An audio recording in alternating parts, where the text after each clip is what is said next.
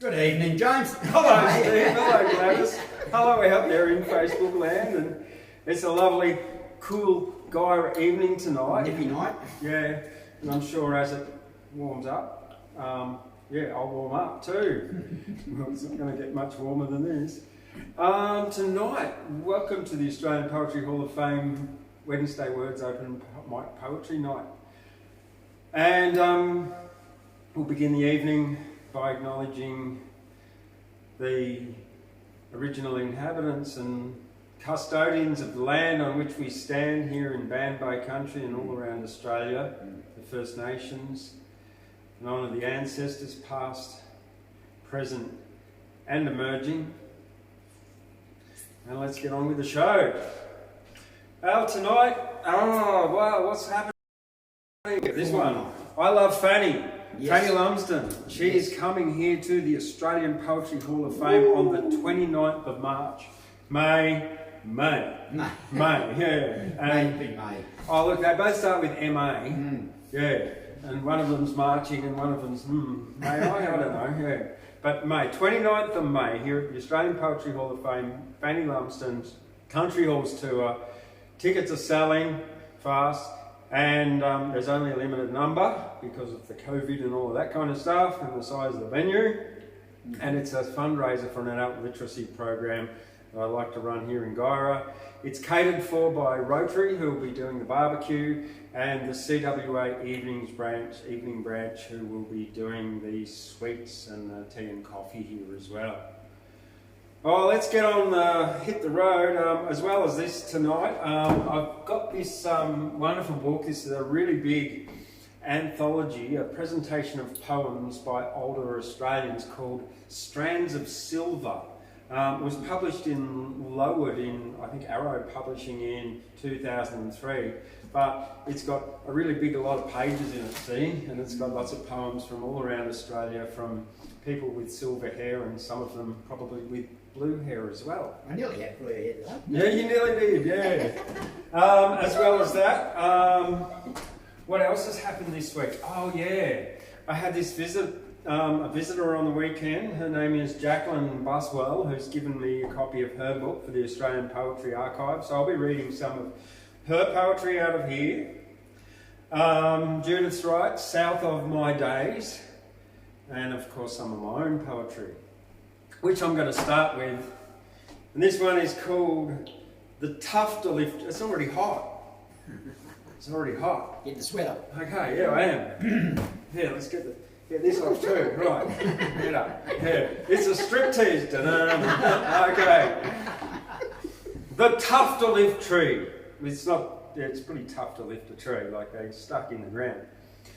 On a mountain so far, where the snows and wind blows, is a tree, quite bizarre, that grows wobbly and throws seeds down to the ground from its tufts that are fluff. And as they fall down, the winds puff, blow and huff.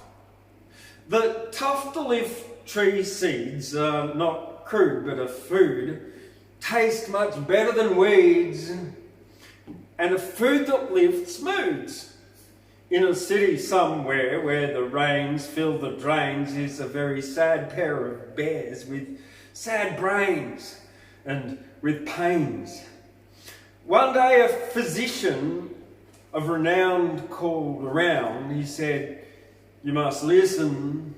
There's something I've found on faraway ground. The tough to lift seeds will cure your mood as a food. It grows on a hill where the weather is crude, cold and rude. You must leave the city with no car and walk far through the desert all gritty, past pits of tar and night stars, to the mountains so far with the wizard and blizzard, and take him this jar filled with pink lizard gizzard." They left the next day with a horse named Dolores, pulling a dray kept on course without force. Then they trekked for 6 weeks across desert plains without rains, till they spied mountain peaks Then rains fell once again. In a cave on the mountain found the wizened old wizard. On this jar I've been counting on, said the wizard, come in from the blizzard. You can rest over there on those beds, rest your heads. Thank you, said the bears. We're nearly dead, the bears said. You can rest over there. Oh, I just read that, yeah. They woke in the spring. It was late, 8:30. They both started to sing. What a long hibernate. We're late. We are quite well rested. We feel fine, quite sublime. Your mettle will be tested. You must climb for a long time. Up to where the tuftle tree grows and snow blows. Take these hats as my gift. You know it's 20 below. Halfway to the top, they saw views that were new. They pushed on, didn't stop in their shoes, hats and new, in their horseshoes and hats new. And Dolores the horse gave a neigh and said, hey, I encourage you, of course, but I'll stay here with the dray. They ascended the mount of the tuftle tree gift, and the winds and snow blew around and their spirits lift, and they weren't miffed. On a mountain so far are two bears without cares, and a wizard with a jar who stares at the stairs. And the bears do not miss their old town far, far down. The two bears are in bliss and dance round and around. At the tuftle tree, where life's happy, not crappy, there are two bears that are free, named Flappy and Wappy. Far from the gritty city grime, crime and slime, where the view is so pretty and their time is sublime, are two happy bears in warm hats. Fancy that! And the bears without cares. There's no rats and no cat. The bears now look back from up high and don't cry about the long winding track to up high in the sky. Both bears are grateful to be freed like the seed. Neither are hateful, they just feed without greed. I don't know, is there more? Yes, there's more. Flappy and Wappy are the two bears without cares, and they live very far in bare lairs up the stairs. And they live without need, they enjoy life and employ the tuftle tree seed for their joy as a toy. And the bear's attitude, as they say every day, we've thanks and gratitude and all ways do we play. On a mountain so far where the snows and wind blows are two bears quite bizarre with no foes where the tuftle tree grows. And as for the horse, well, she didn't wait. Life is great. There's a wizard and Dolores, and with no hate, and they're good mates. And that's the legend of the tuftle tree, bears with no cares. Happy they did live, and the bears are the bears up the stairs. And that's it. Yeah. In a city somewhere where the rains fill the drains is no pair of bears with no pains or sad brains. Yeah. Yeah. No. That's a short one for John. I know. All I need is, yeah. I think all I need for that is like a Dr. Seuss hat. And an outboard motor. I know, yeah. Well, I think if I type it up instead of my handwriting, it'll probably be easy to read, and once I practice it. The crow and the miner. Crow was looking for shiny things, sparkling, glittering, golden rings, when Miner came on and found a worm, which wriggled and writhed, and the worm did squirm. Crow did caw, what have you there? Do you have that for which I care? Miner replied, I don't think so. This worm is food and it's to help me grow. Crow cawed, I don't need worms to grow. I'm big enough and I want to glow. I want some gold and shiny things like diamonds, rubies and sapphire rings. Crows saw sparks shining in the park, flew down and gave a happy hark. Found a necklace made of gold around Crow's neck. It looks so bold. Miner gave a fearful cheep. Crow, a hunter, are you asleep? Crow spread his wings but could not fly. The hunter ate a big crow pie. The moral is to be well fed, not greedy, or you'll be weak then dead. Yeah. That was a bit shorter, yeah. And not go chasing shining gold, just what helps you to grow up. All right. Yeah, so they were written months back now. Right, there's something more recent from myself. Written overnight, last night.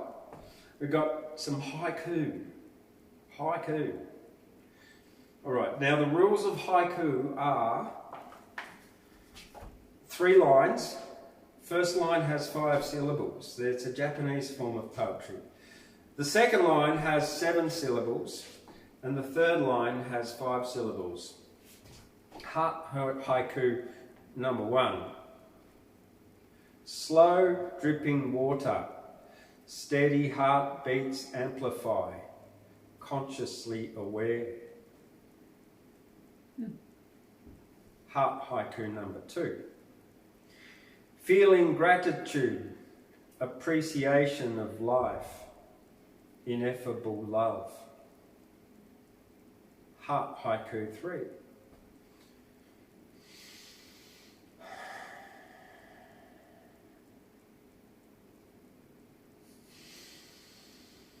Coherent breathing, elevated emotions, love, feelings of joy. Haiku 4.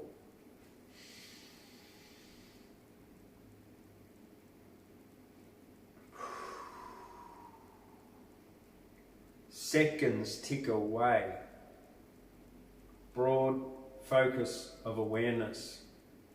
Inhale, hold, exhale.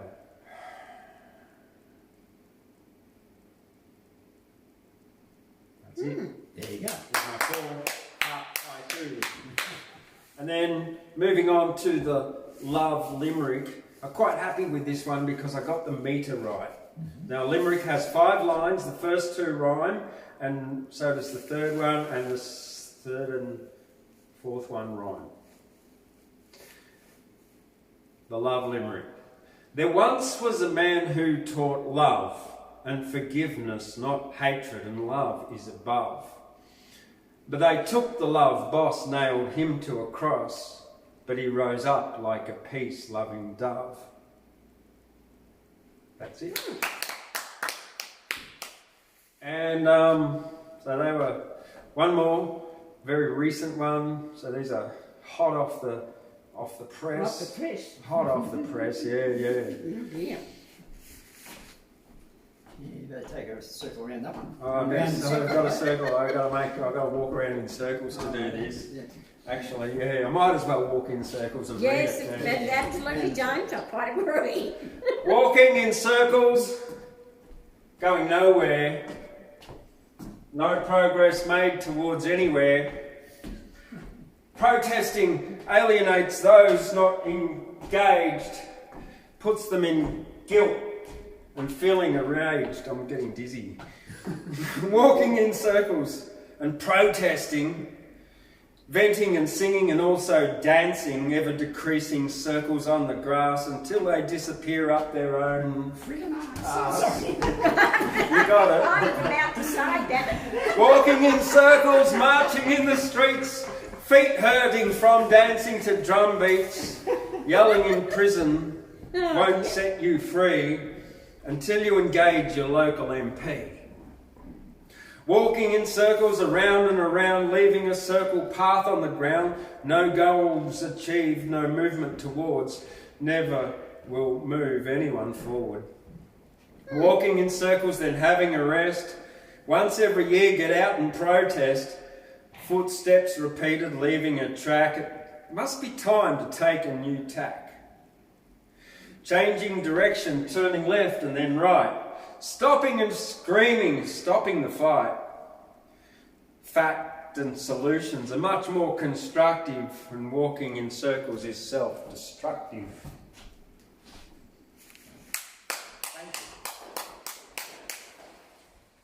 Steve's disappeared, has he? Oh, he's just gone to get his book. Oh, good. Yeah. Yeah, we've got to have him. Now, the reason I did that is because this last weekend was the Nimbin Mardi Gras. Yes, James. And they've been protesting and walking in circles up and down as Gudger fairies for the last, 18 or 19 years. Mm-hmm. And they haven't achieved very much. No. And as an environmentalist, environmental scientist, I know that there's a lot of people who get very, upset when they see protesters. They feel guilty. These people make them feel guilty, so they react. And people don't like being made to feel guilty. But we can change society by engaging our politicians. And Auntie Pat Levy said, "They're your politicians. How are they going to know what to do? They represent you if you don't tell them what you think." And there's many people that just complain about politicians without engaging the politicians, because we don't live in a direct democracy, we live in a representative democracy, and the politicians are there to represent us. But if they don't know what we think, they're only working from their limited knowledge base. So it's up to you and us to talk to our politicians, to engage them. Now, Fanny Lumsden here is a country horse tour, is a fundraiser for adult literacy, which is a big problem in Australia. And it's a hidden problem. And it shouldn't be that way, because our minds are where our value is. And great, we can raise funds, but we need to take some kind of action, compassionate action, to do something about it. So I wrote lots of letters to politicians, and tomorrow I have a face-to-face video phone meeting, or what do you call it, a screen meeting, with the State Director of Higher Education and Employment, something like that. Yeah. Congratulations, James. Very good. Yeah. And so I'm engaging our politicians, our representatives, and this is how we're going to get some change in this society, because we can't just keep complaining and walking in circles going nowhere. All right. So this is something else I did called Poetry to End Prohibition. I was motivated to write this book because of a young man called Daniel Walmsley, who I met in 2017 at the Nimbin Mardi Gras. In 6 weeks I go running into town at 6 o'clock in the morning and I find him overdosed and dead. And so I decided to do something about it, and the result is this book here of Poetry to End Prohibition. And it's a way of getting a message across in a soft way instead of just protesting and yelling. So I'm going to read 2 poems from this. One is called Weeds, and the next one's called Shakespearean Inhaled. Weeds.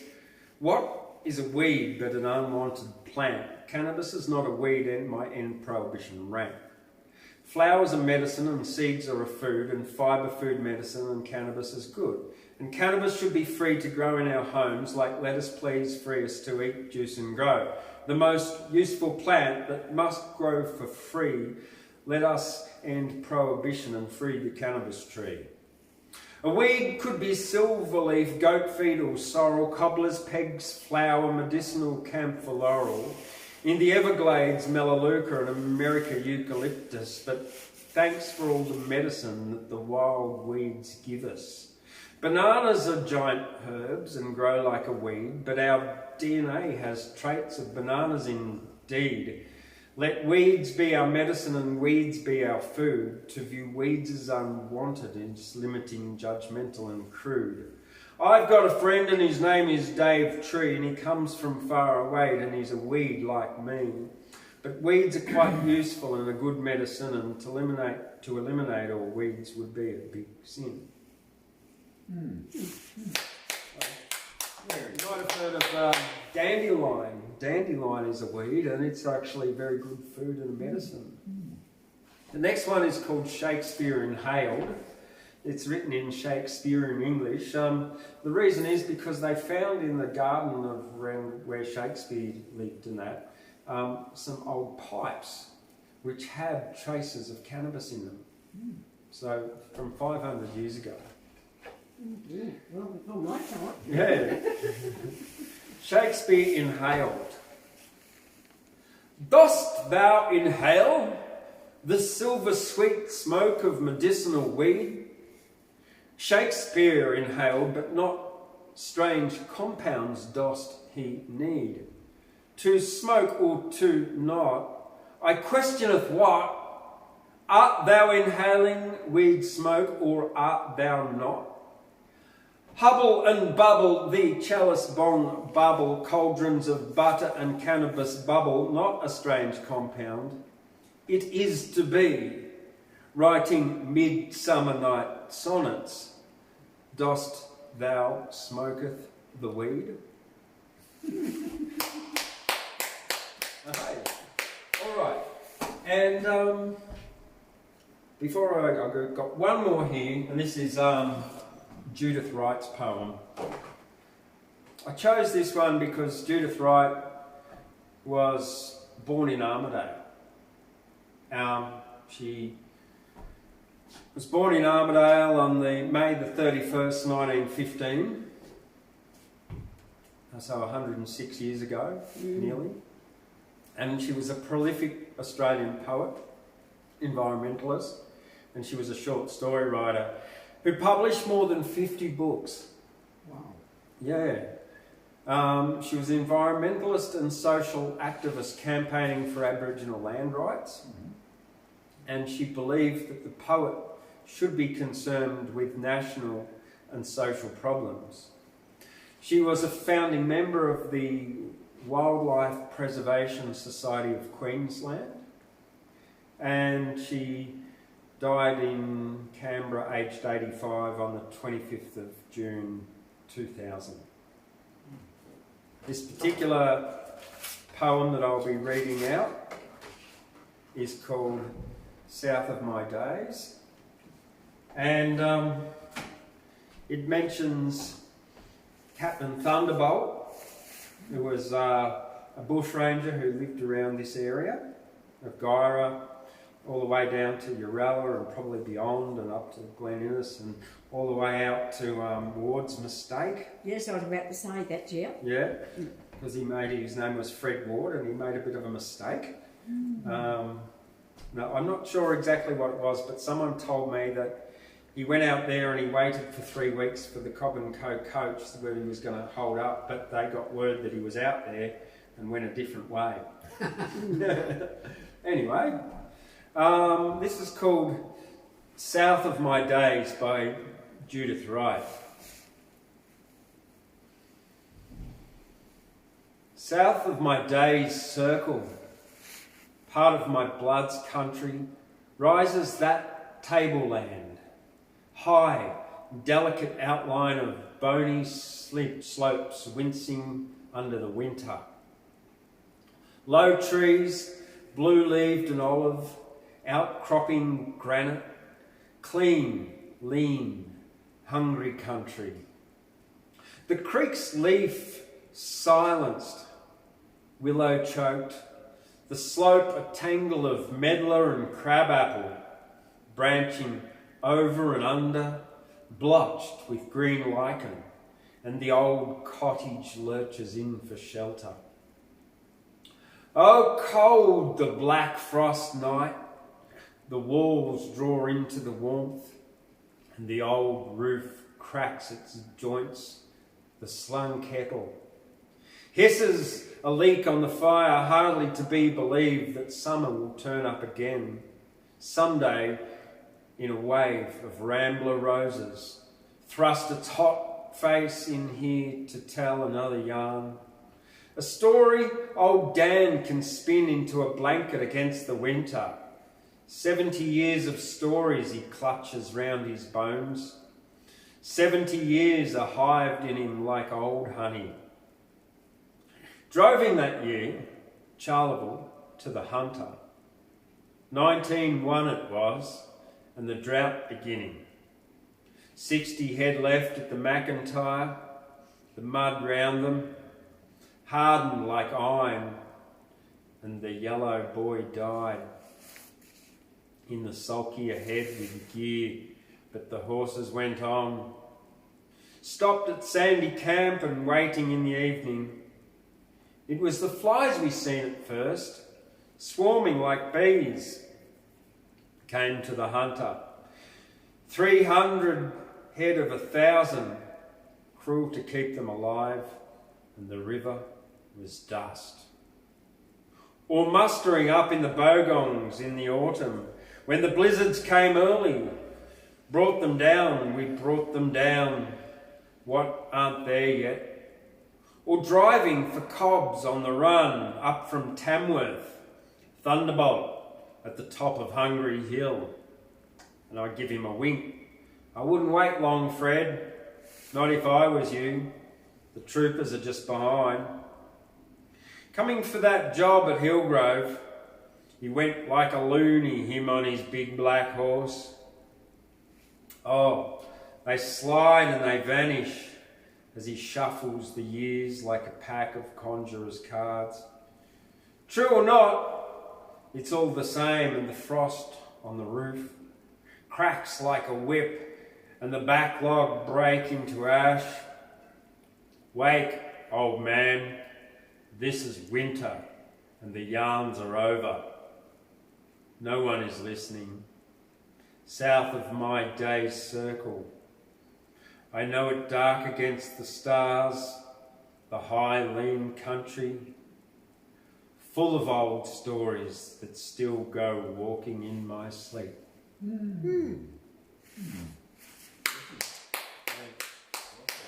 Lovely.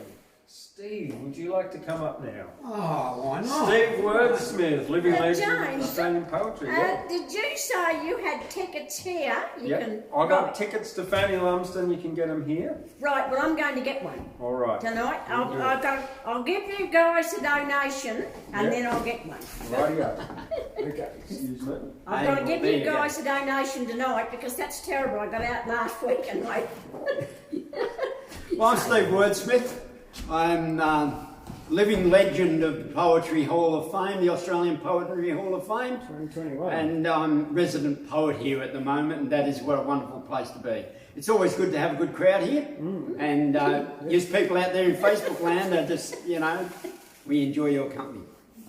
I travel all over this country, and some of the poems that we put together are, interesting. I was travelling down through the Territory not too long ago, just before our beloved lockdown happened, and I came over there, and I was travelling across we'd come across through the Gid River, and pulled up at this little place, and there's this toilet there in the outback, and it was a horrible, stinking sort of situation, and we thought, oh well, what's going to happen here? Well, 7 o'clock in the morning, there are the plumbers ready to fix it, banging and clattering and carrying on fixing the toilet, see? And I travelled to up into the Territory there. One of my friends, a fella called Cody up there, is an apprentice plumber, and I reckon the plumbers are the heroes of the West. The heroes of the West. We hear of tales of heroes and people that fight wars, but the ones that I've travelled that are the heroes and the best are the rugged outback plumbers. Yes, the plumbers of the West. They're the real heroes. They take on all the toil. They fight the biggest battles while digging in the soil, and have the biggest challenges. and fight the biggest wars. They take on every challenge and keep the place afloat. Whenever anything goes wrong, they're in it, no matter what, and how much it stinks and smells and how much it bloody rot. They are there with tools in hand, no matter what it costs. They're out there in the thick of it to unblock them stinking drains, no matter what is thrown at them in sunshine and in pouring rain. There's a slimy flowing sewage they're in up to their chest. When the dunny's blocked, you'll call them in, they're on their way. Yes, them Aussies, the outback plumbers, the heroes of the West. The difference that makes us not a third world country, it's not the politicians who think their shit don't stink, or how much that we make it or earn, or how much we can drink. It's not how tough our soldiers are, or planes, or tanks, or ships. It's our flaming drainage system, and the ones that put it in. Them Aussie outback plumbers, the heroes of the West. You think that I'm joking? Next time you have a crap, or you're sheltered from the rain, have a wash, or turn on the tap, think of the ones that put the pipes in, or fix the leaking drains. Let's pay them all some homage, and give them recognition for what they have accomplished. Take our hats off to the plumbers, yes, the heroes of the West. Oh, excellent. Yeah, you've got to give something for these blokes that just do it, eh? You know, they just do it out there. My dad he passed on not too long ago, but he was a funny sort of a joker, and he always used to make these little statements around the place, these one-liners, you know. And yeah, I said one once, and it cost me my second wife. You know, it was one of these little stories. He says, you know, if life is such a bowl of cherries, how come I'm sitting here with the pip? Right, so I said this, and next thing you know, hey, I'm on the road again. You hear all these funny stories, you know. I heard about this burglar, you know, and he broke into this place, and it was dark and such, and anyway, he's looking around for what he can find, and he hears this voice in the corner. It says, Jesus is watching you. Huh. Anyway, he goes about his business. He's unplugging the TV and getting ready to knock it off there, right? And next thing, Jesus is watching you. Huh. Anyway, he gets his torch and he looks over in the corner, and there's a parrot in this cage. And this parrot sat there looking at him, and he said, "Did you say that?" And the parrot said, "Yes, I did." So he said, "What's your name?" He said, "Moses." And the burglar said, "What family would call a bird Moses?" And the parrot said, "The same family that called the rock whaler Jesus." They've always got a line in them, haven't you? You know, there's always those things that, little things that happen, you know.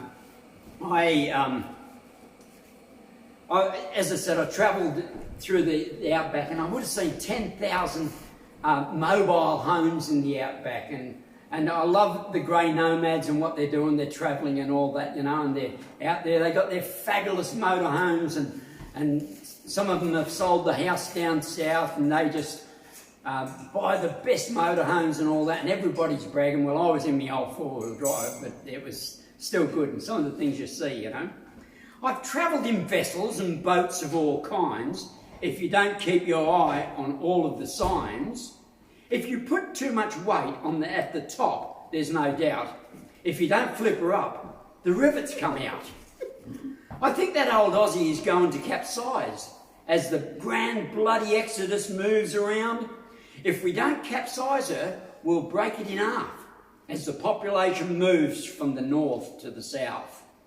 There's thousands of nomads who move up and down with the best CVs that money can buy. It's a new status. Who can get the best rig? When it comes to it, who gives a frig? We mined so much steel from under the ground, thousands of tons just moving around. As we've mined it and fracked it and knocked it about, I think old Mother Nature will kick us all out. Yeah, but there we go. Yeah, you know. excellent. Because we have done some of them crazy things, haven't we? You know, crazy things around the place. I love to tell yarns and stories of different things that happen, you know, and getting to chat with some of the people around this town of Guyra is just an awesome thing. Some of the people that's been here for many, many years and such, and I find it really difficult because I've always been a travelling sort of a bloke, you know, but just the fact of being able to talk to people that have stayed in one place and just made the place what it is in this great nation.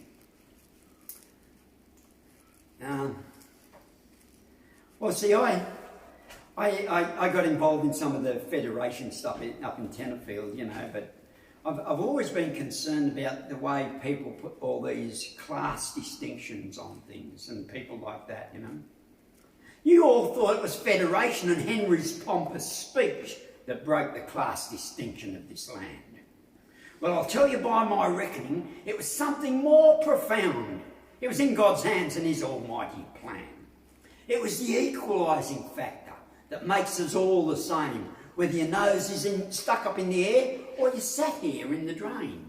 You don't know where they've been and you haven't got a clue, but if your number's up, my friend, it's going to get you too. There are things that people say and things that people do that equalise us fellas and define us through and through. But there's nothing more Australian in anybody's eyes than going to an Aussie barbecue without devouring flies. So put yourself in the picture. You're dressed up, you're looking smart, you're on your best behaviour. You're trying to look the part. You're talking to some ladies, you've got your hand around a beer, and a little black intruder does a number in the ear. What about the reaction? You're down the cattle yards, the auctioneer is spieling and things are moving fast. He stops to take a swallow of air to give him breath, and a fly goes up his nostril. Well, you simply know the rest. While serving in our forces, we have this special task. It's called Equaliser Eradication Duty. It really is a blast. You wander around the perimeter with a swat in either mitt, and if a fly gets past the sentries, you're really in for it. When you're an Aussie soldier, you really are controlled, even in the deepest jungle, or when you're on patrol. It's from hours of standing motionless, while at attention on parade, with 1,000 little black things doing a tap dance on your face. Well, come on all you ladies, don't think that you miss out. There's no discrimination when the equaliser's out. You're reacting prim and proper, you're really looking grand, but that fly that you'd have swallowed really wasn't planned. You go to the local rodeo, you think you'll have a dance, so the girl in the red bikini has all the cowboys in a trance. She swallows this little black thing. You'd think she'd had a fit, and her bra acts like a Shanghai, and she shows the boys the bits. Even Johnny Flippin Farnham with his mouth so open wide gives an open invitation. All intruders come inside. In wondrous grand finale, when he goes to hit that note, and a little Aussie battler does a beeline for his throat. He has no class distinction in this great Australian land because of the equalising factor that takes us all in hand. There's nothing more demoting when going to eat a pie and your taste buds are simply tingling and you go and eat a fly. So when people make that statement and they don't know and understand why God in all his glory, with the wave of his great hand, created those little black ants, and why God created flies, it's the Australian equalising factor, and you know the reason why. There wasn't many flies this year up here. No, there wasn't. They may have all got the virus, mate. Maybe. You know, they all got COVID. Yeah, Yes, my there's dad another really case in hated. Sydney today. Yeah, my dad really hated, Mum's cooking, even though she was a pretty good cook. You know, he said one year there was so much there, all the flies got together and chipped in so they could fix the fly screen door. Just I don't know if that's the truth. He used to say all these ridiculous things. Though, he's walking down the path there, and him and Mum, they're walking along, and they're walking hand in hand, and next thing, this pigeon from 60 foot up in the air, bang, drops one right in the middle of his head. And she says, "Oh, gee, I wish we had some toilet paper. He said, no, don't worry, it's about a quarter of a mile down the track by now.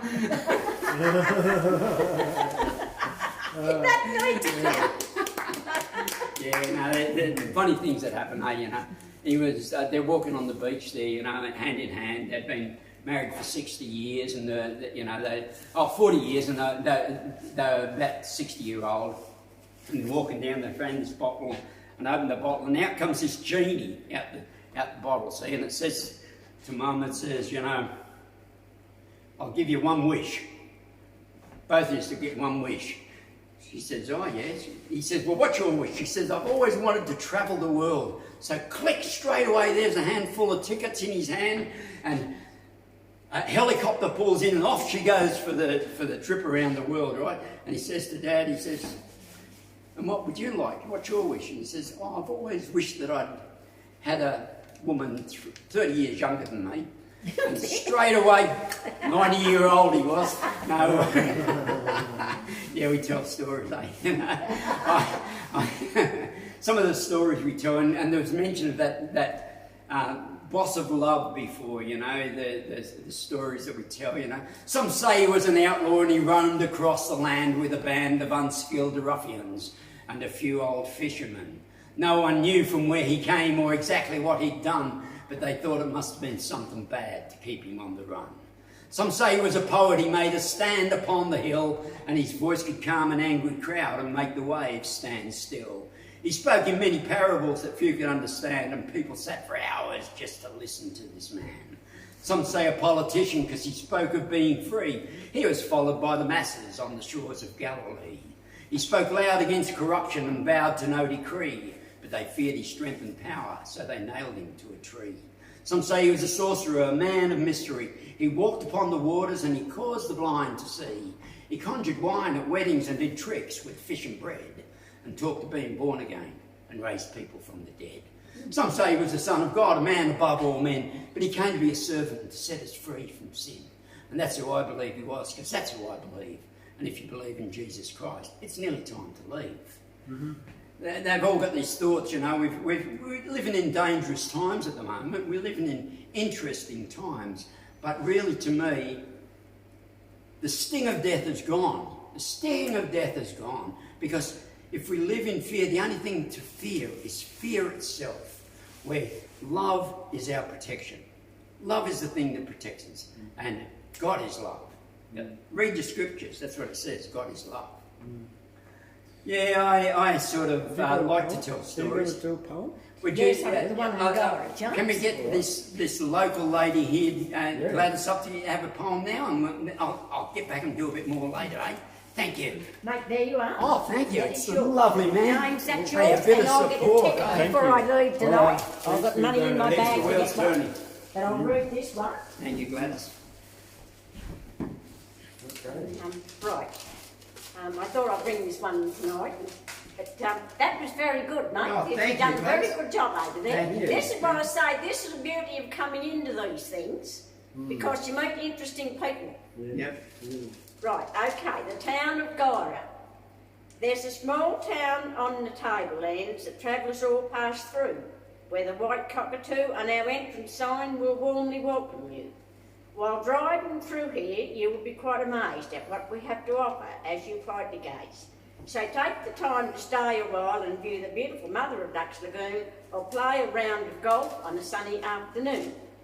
But the town was held to ransom. A price was on our head for the council to amalgamate, or so the government said.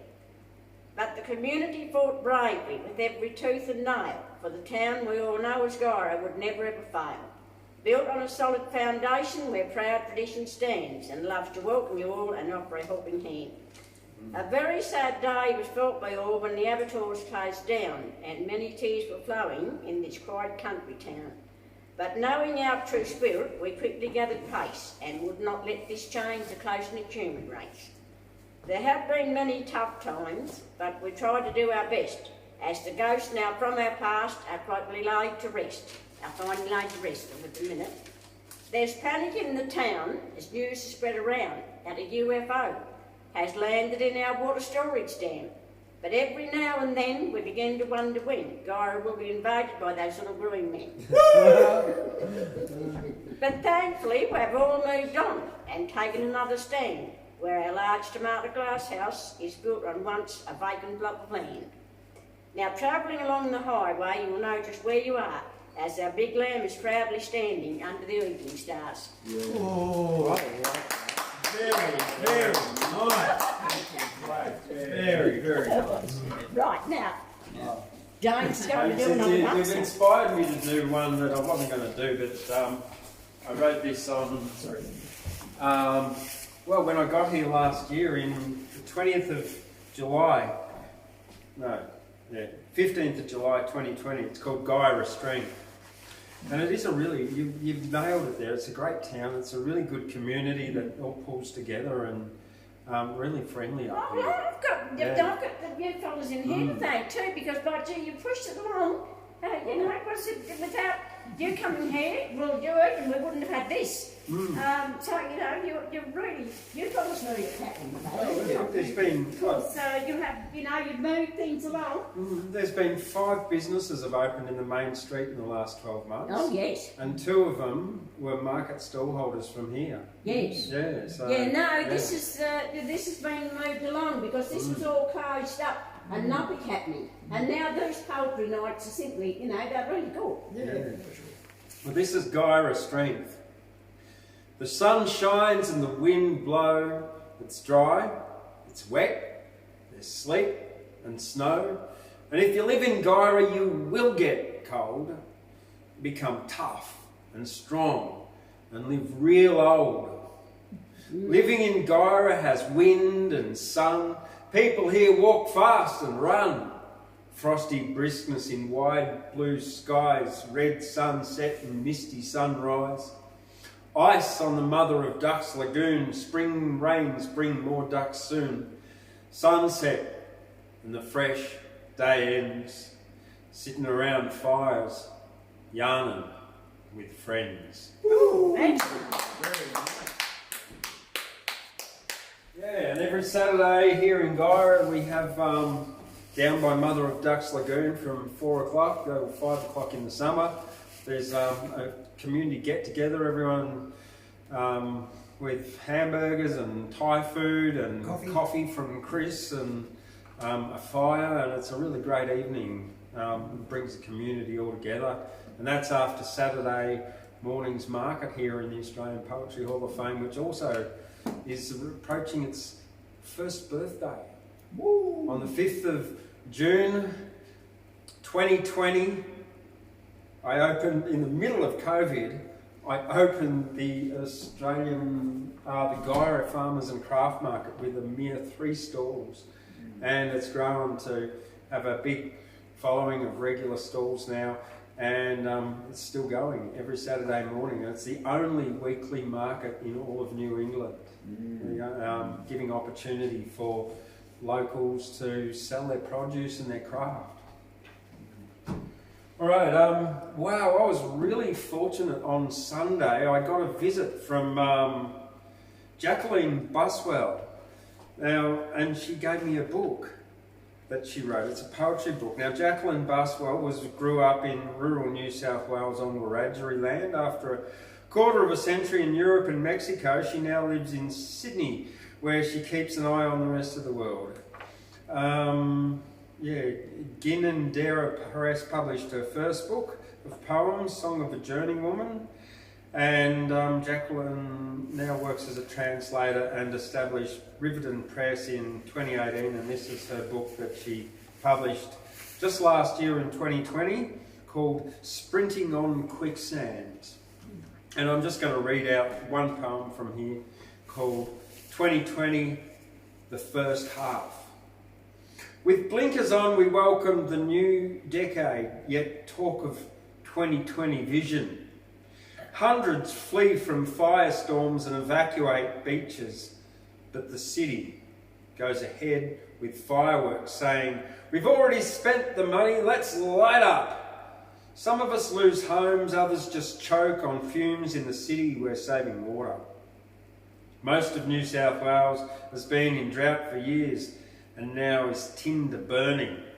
The efforts of our firefighters, though sacrificial, cannot beat the everywhere flames and wind. The wind. It carries smoke and ashes to windowsills and beaches, though we rarely go out, even by the ocean. The air is suffocating. In February, welcome rains put out the last fires. A bad summer nearly over. When we begin to attend to the pandemic and stay at home some more, in horror we watch. Steep lines rise on graphs of infection, job loss, death. A month or so goes by and throwaway masks begin to appear in seawater and on beaches, more masks than molluscs in this handful, says one reporter. Reconciliation Week in May, a time to celebrate Aboriginal culture and imagine our nation reconciled. A mining firm detonates perhaps the oldest evidence of human culture at Juukan Gorge.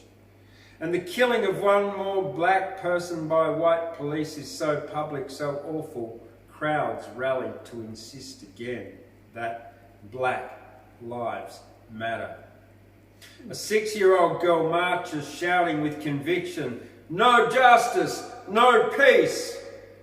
Even statues of racist rogues come down this time. King Leopold, smeared blood red, hits the Belgian dust.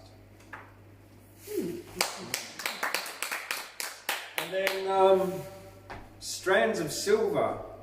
This is a presentation of poems by older Australians, published by Arrow Publishing in Lowood, which is where I lived once. So this was random pages here.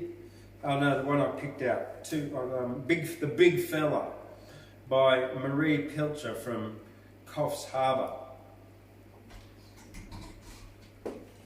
The man from Snowy River was a pretty hardy bloke, but compared to our big fella, he's just a ruddy joke. Big fella comes from Western Country out near Roma Way. He tells of hardships he's battled with every passing day.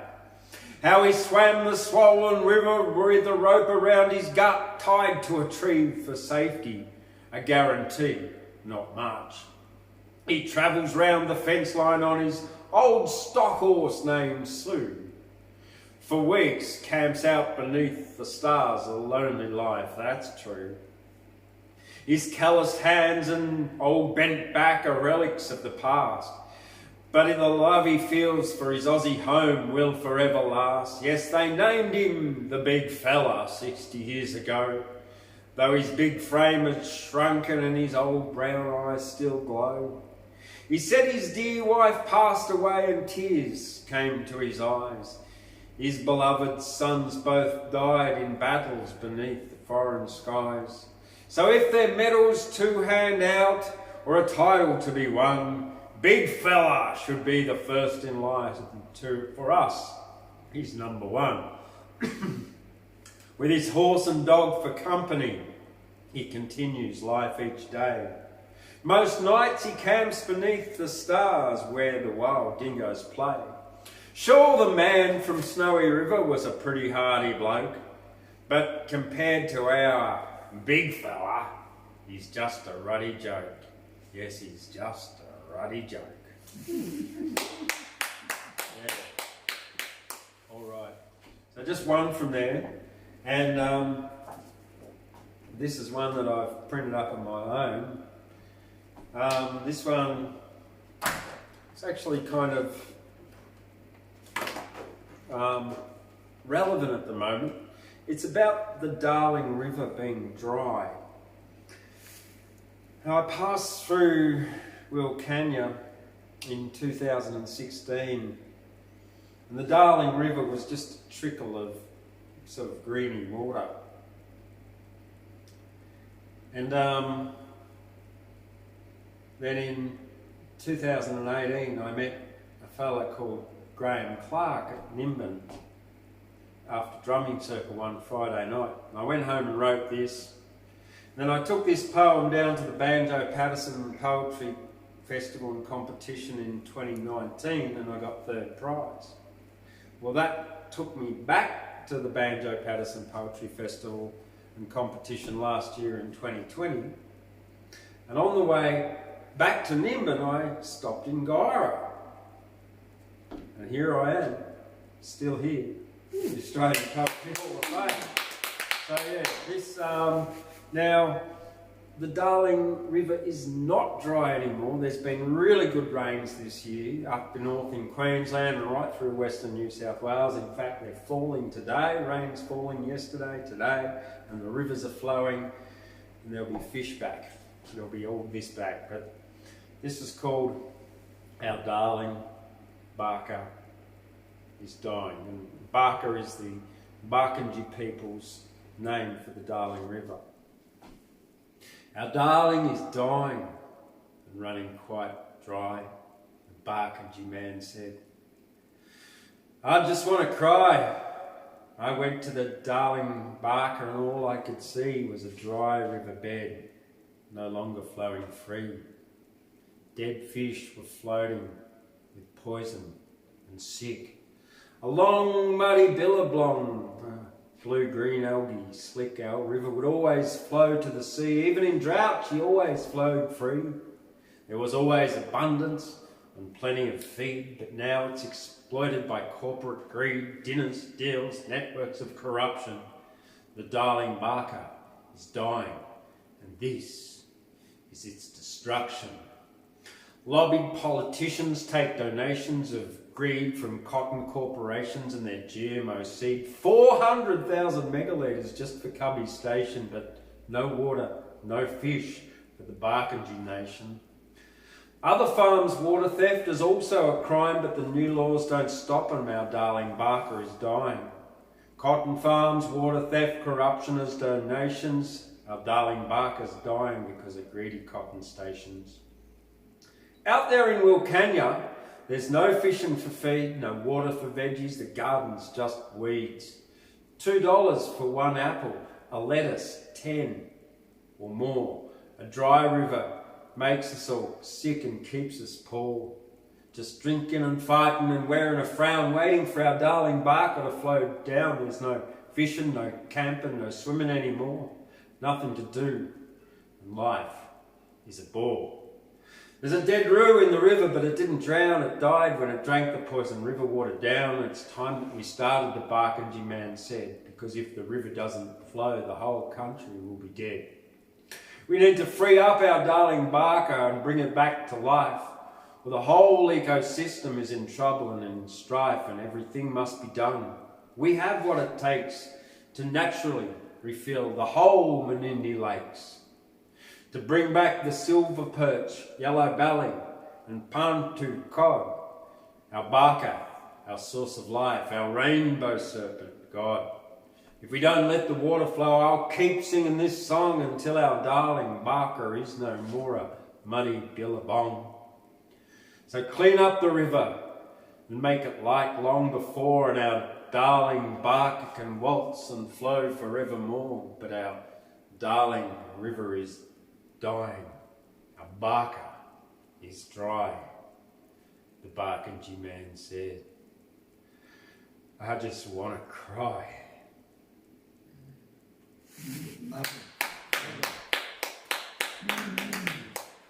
Yeah, you can buy a copy of that here. Lovely. Yeah. Would you like to do one more before we knock off there, Steve? Oh, yeah, why not? Yeah, you thought we drop off the map? Yeah. It's always good to get here and tell a yarn or two. James, you know, I really take my hat off this man. You wrap up the show and he's done Fatty Lumsden. Yeah, well, you really need to come along to that. You know, that's going to be a show with Fanny Lumsden there doing fabulous country music. I think she's won the Golden Award guitar for a while. 8 times Australian Country Music Award winner, and last year the ARIA Award for Best Country Album. Well, there you go. That's something worth doing, isn't it? You know? And definitely come along and be part of that show and see and give her some encouragement too, because the show will be fabulous. There's no doubt about it. You know, I take my hat off to James, but every now and then we've got to have a little bit of a crack at each other. Yeah. That's what poets do. Yeah. This is called Thunder. Thunder. James the Artful Farter that came to Guyra town. He'd drop them here, he'd drop them there, he'd drop them all around. He had a special formula. They were not the normal fart, you know. He was an artist. Through and through, he even used them in his show. Concocted from organic mushrooms, he made a lot of noise. They made your eyes go red. You thought that he'd gone to sleep. Then he dropped one in the bed. The smell was fucking awful. He cleared the deck, you know. I'd watch him on the scooter, wondered how he went so fast. Jet powers, he blew them out his ass. The bugger was unstoppable. He had this superpower, known for writing heaps of poems. He really had some class. Thundercloud was his name, but I think it should be Thunder Ass.